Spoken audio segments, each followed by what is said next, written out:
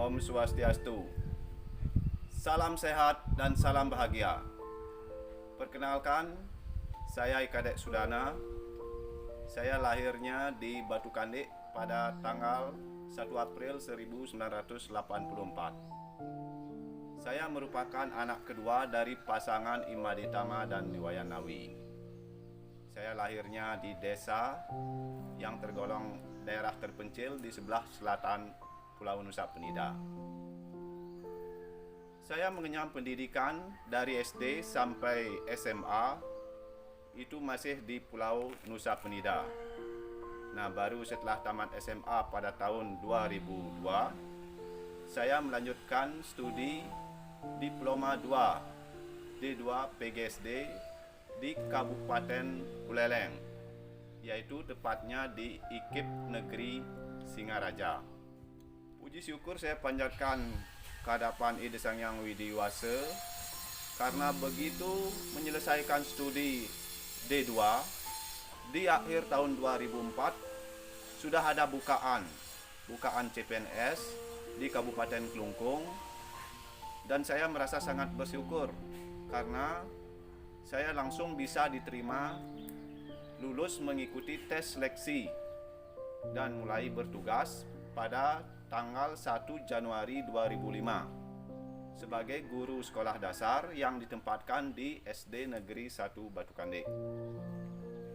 Nah, sekarang saya mulai ditugaskan di SD Negeri 3 Batu Kandik. Sebagai upaya untuk meningkatkan kemampuan diri, saya mengikuti berbagai kegiatan program diklat yang diselenggarakan baik pemerintah maupun pihak swasta yang relevan. Salah satu bentuk kegiatan yang saya ikuti yaitu pada tahun 2011 saya mengikuti kegiatan seleksi pembinaan Olimpiade tingkat kabupaten, dan syukurnya saya lolos, bisa diterima dan menjadi pembina Olimpiade Sains Nasional tingkat kabupaten, dan itu masih saya ikuti sampai sekarang.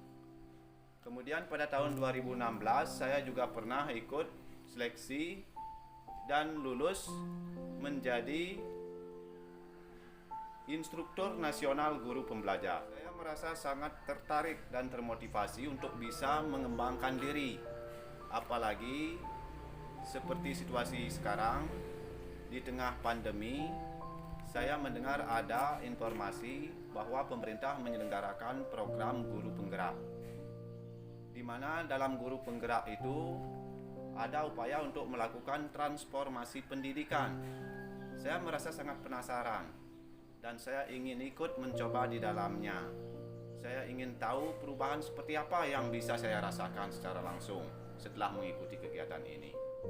Dan kebetulan pada tahun 2021 saya mendapat informasi bahwa Kabupaten Kelungkung itu masuk dalam daerah sasaran guru penggerak angkatan 3. Saya mencoba untuk mengikuti mekanisme seleksi melalui SIM PKB, di mana ada 5 tahapan di sana, mulai dari kita mengajukan administrasi, lalu mengisi kurikulum FAID, kemudian ada tes bakat skolastik.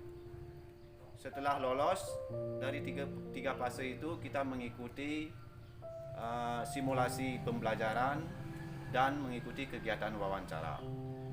Nah, syukur setelah selesai rangkaian kegiatan seleksi, saya dinyatakan bisa lolos sebagai calon guru penggerak dan mengikuti pendidikan guru penggerak dari bulan Agustus 2021 sampai saat ini. Dampak yang saya rasakan setelah mengikuti kegiatan pendidikan guru penggerak ini sangat luar biasa, di mana di sini saya mulai mengalami perubahan mindset, cara pandang akan proses tumbuh kembangnya anak, di mana sebelumnya saya selalu berpikir bahwa anak itu bisa tumbuh kembang sesuai dengan apa yang gurunya programkan, apa yang gurunya kehendaki.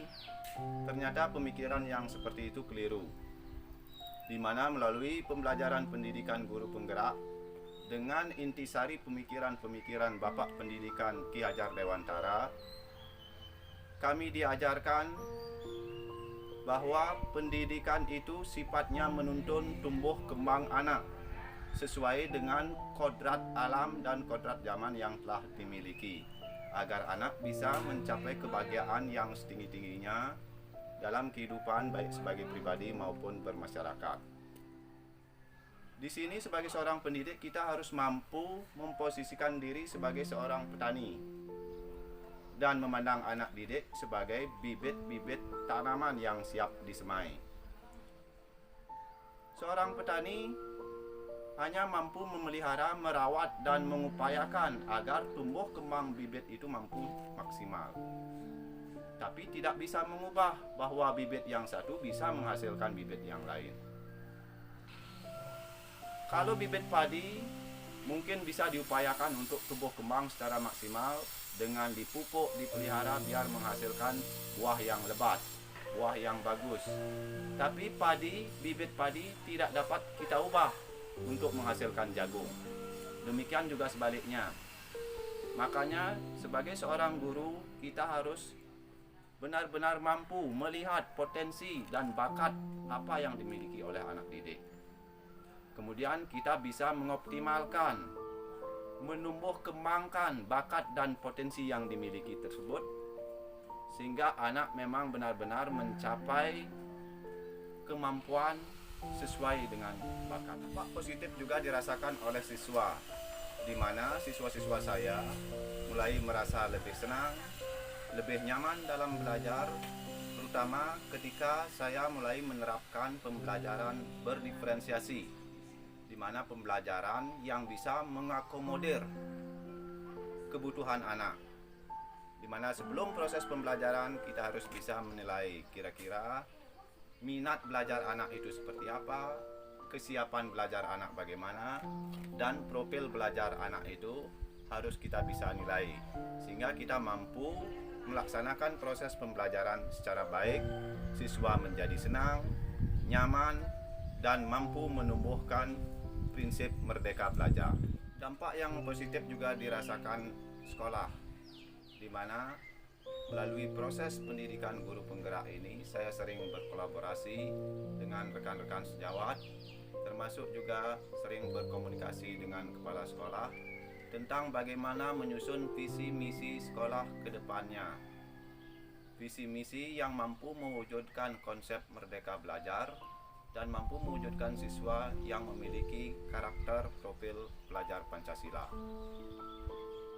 Dengan adanya berbagai kegiatan di guru penggerak, itu saya langsung sampaikan, berikan imbas ke rekan-rekan, termasuk bagaimana penerapan budaya-budaya positif yang tidak hanya dilakukan oleh guru dan siswa, tapi oleh semua stakeholder yang ada di sekolah, sehingga ekosistem pendidikan menjadi sangat kondusif.